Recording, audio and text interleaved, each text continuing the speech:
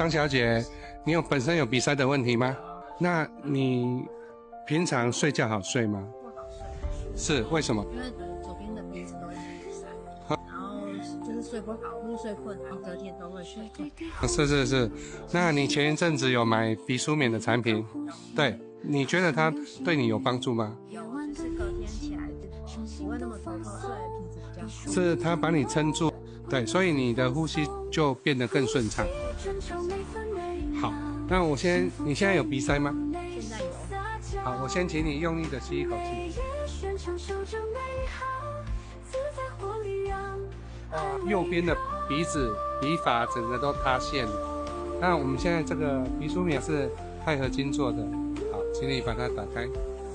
那这一把是比较隐形的，张小姐试戴看看。好，找一下镜子。好，哦，很隐形的，好，用力的吸一口气。就感觉很顺畅，不会有那种咻咻咻的声音。是你的会有阻塞。鼻发有没有往下掉？对。如果从0到10，你觉得它加了多少的量？有这么多啊？就是不会吸住，就可以深呼吸，不会吐。是。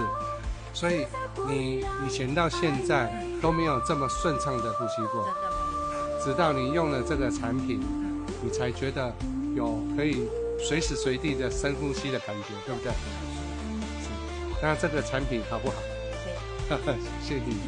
好，影片可以让我分享吗？非常可以。谢谢。好，谢谢。